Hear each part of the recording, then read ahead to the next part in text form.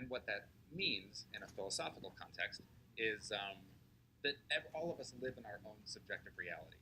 Like if you remember freshman philosophy class and like your professor came in, probably stood there a little bit pretentiously at the front of the classroom because philosophy, social science.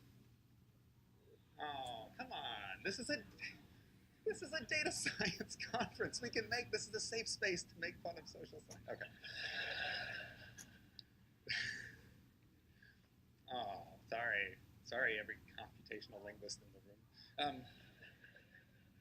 Okay, so, and the professor might have said something like, "Prove to me that this is real." And everybody, scratches their head and gives some examples and tries to do this problem. And of course, you can't really prove that we're all experiencing the same reality because reality is subjective. That's the idea. Okay, so if you're with me that far and you're not too tired from lunch to to bear with me with this abstract concept of philosophy.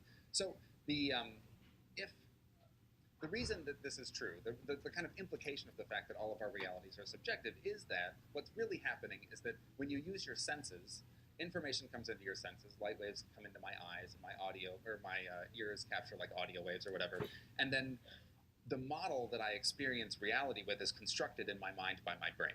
Right? And like in a mechanical way, that's really what's going on. So this idea that reality is subjective actually is kind of interesting.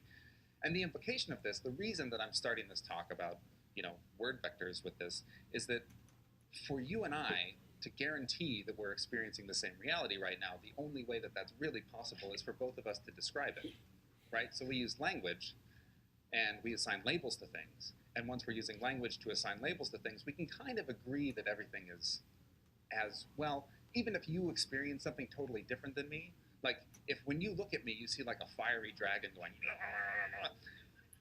that's not a big deal because how I think of myself in this room and how you think of me in this room, if we describe it in the same way, it doesn't really matter what's going on behind the scenes because our language allows us to construct a reality that we share, right? So in effect, like our language is reality for us as a community. And the implication of that, if you're with me so far, and see some skeptical faces, but if you're willing to go with me on the fact that the way that we describe our reality is in fact reality, then you're in this space that some philosophers, again, and there's a really philosopher-y looking old man on the slide that goes with this part of the presentation,